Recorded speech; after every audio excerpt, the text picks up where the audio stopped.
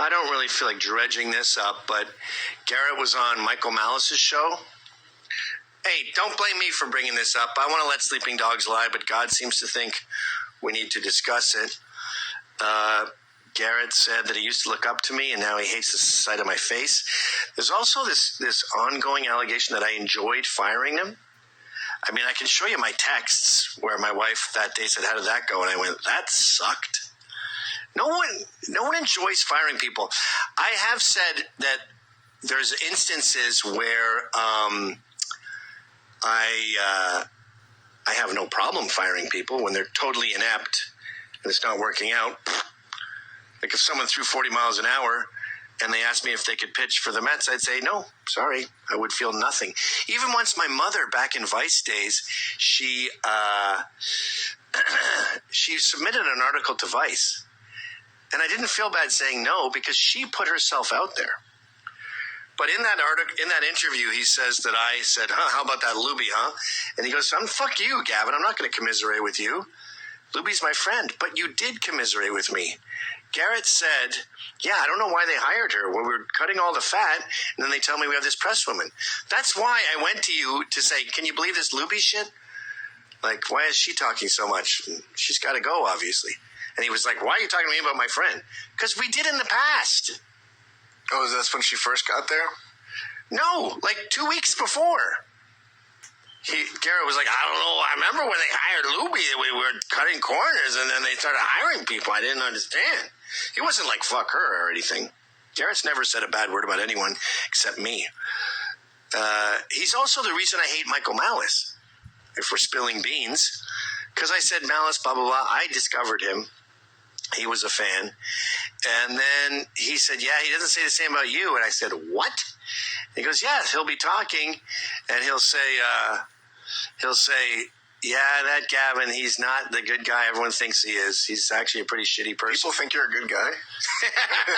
I'm unfamiliar with that. I'm paraphrasing.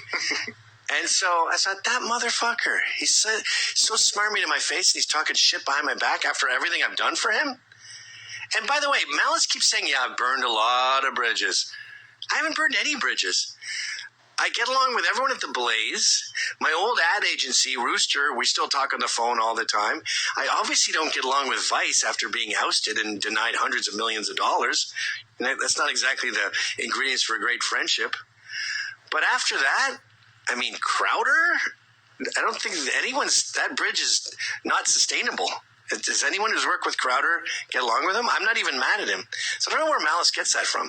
But anyway, the next time I saw him, he was like, hey, how's it going? I was like, fuck you. I shoved him. And that was because of Garrett. I was there for that. You pushed him against the wall. And then he looked at me and I was like, I don't know. I don't know. So these guys are out there in the wild. They're going to see how hard it is to make money. But this is what I said. You did an excellent job for a company that generated enough money to pay you forever. This is me texting Garrett. You're the victim of bad management, New York City, Anthony's health, etc. You're no Eric Adams. I never saw you as an employee. I looked up to you as someone who knew the industry way more than me. This sucks. I'm sorry.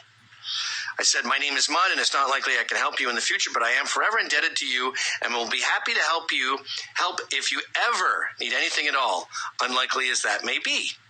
That's what I said to Garrett the night after I fired him. And then with Drew, what did I say? Oh, I thought I sent him something similar. I go, when I talked about the top heavy management at Compound, I never meant you. I always said Drew and Garrett are basically the only two who earn their keep. So I don't know why God wants me to talk about this. It just came down to, if it doesn't make dollars, it doesn't make sense. Sorry, guys. And if you're so viable in the free market, then bye-bye. Like Michael Malice left Compound Media. They weren't paying him enough or whatever his reasoning was. Okay, so that is from Joe Exotic Sing, parody. Follow him on Twitter. So, Gavin McInnes talks fire and Garrett and trashes Michael Malice. It's funny, hilarious how when he saw him, he pushed him up against the wall, and I know Malice did nothing. that guy, never mind about him. But the whole firing Garrett thing, because this obviously was in response to Garrett going on Michael Malice's podcast and talking about how Gavin fired him. Gavin fired everyone. And I don't get how, like, they're all extra mad at Gavin and not really at Cumia, when this is all really because of Cumia. Because there was no merger. Cumia keeps calling it a merger. It wasn't a merger. Cumia just took a job with Gavin, which is why Gavin fired everyone, because Cumia was no longer their boss once he took that job at Censored.tv. So I don't know why Cumia keeps calling it a merger. It's not.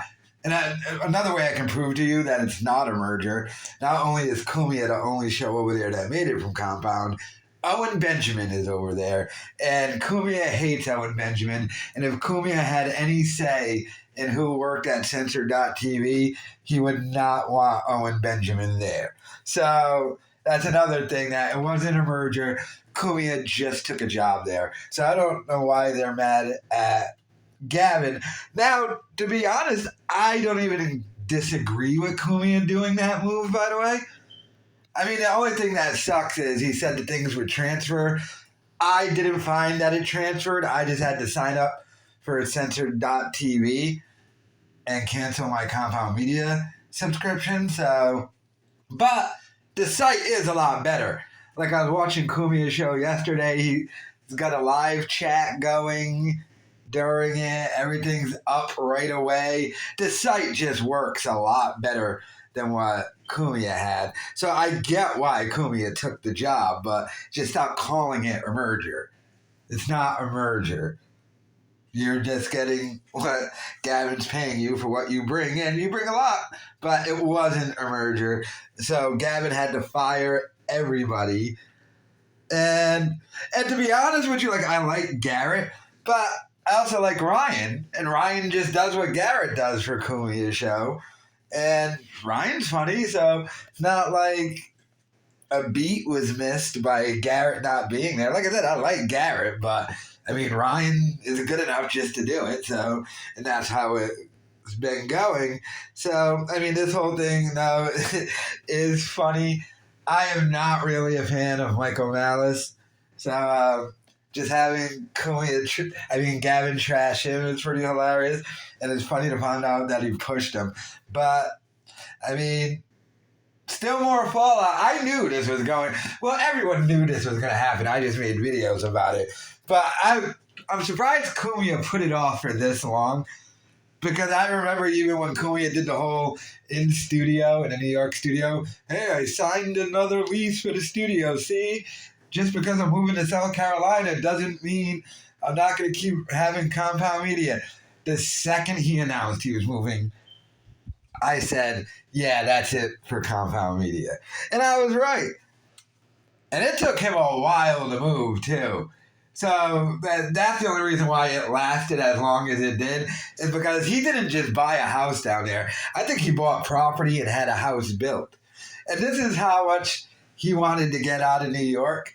Remember when I called in to his show when he first said, yeah, I'm going to move to South Carolina. And I was like, you know who lives in South Carolina, Cumia? He goes, who? And I go, Jennifer, your ex-wife.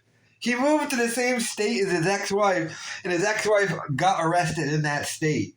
So, but he moved there, and I knew that was going to be the end of Compound. Let me know your thoughts in the comments.